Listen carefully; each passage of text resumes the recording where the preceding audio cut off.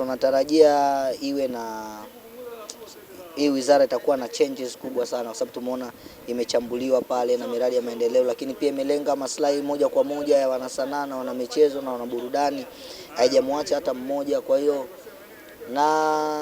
nadhani hii ni bajeti ya kufuta machozi kwa wanaburudani wote, lakini pia italeta mabadiliko, lakini pia itaenda kuheshimisha tasnia nzima kwa ujumla.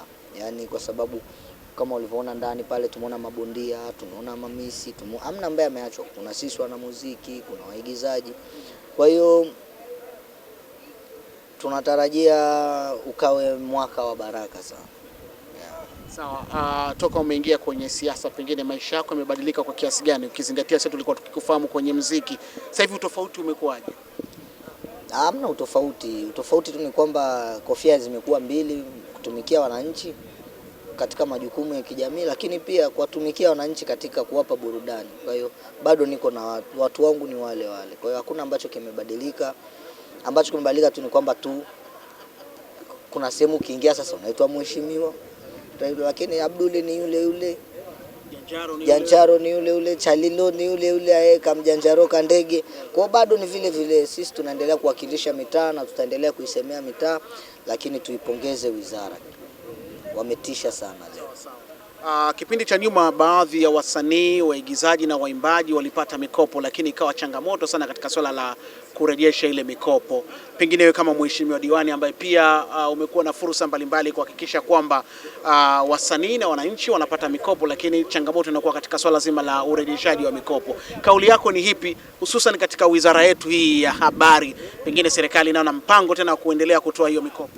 Of course, kwa sababu unapopewa mkopo inabidi urejeshe ili wenzako pia na wao wapewe, uingie katika mzunguko. Unapokuwa unapewa mkopo alafu unakuwa haurejeshi, kwanza hiyo ni kinyume cha utaratibu.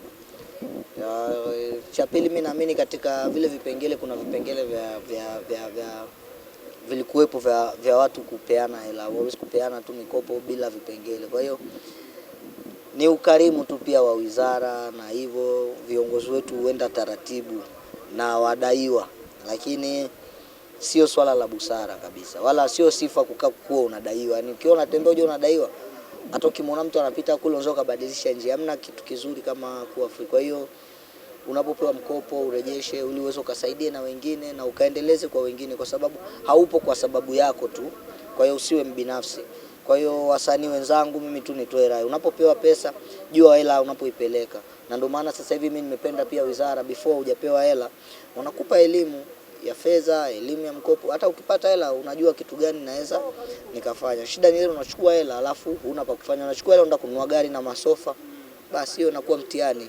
Sawa, nikushukuru sana. Asante sana.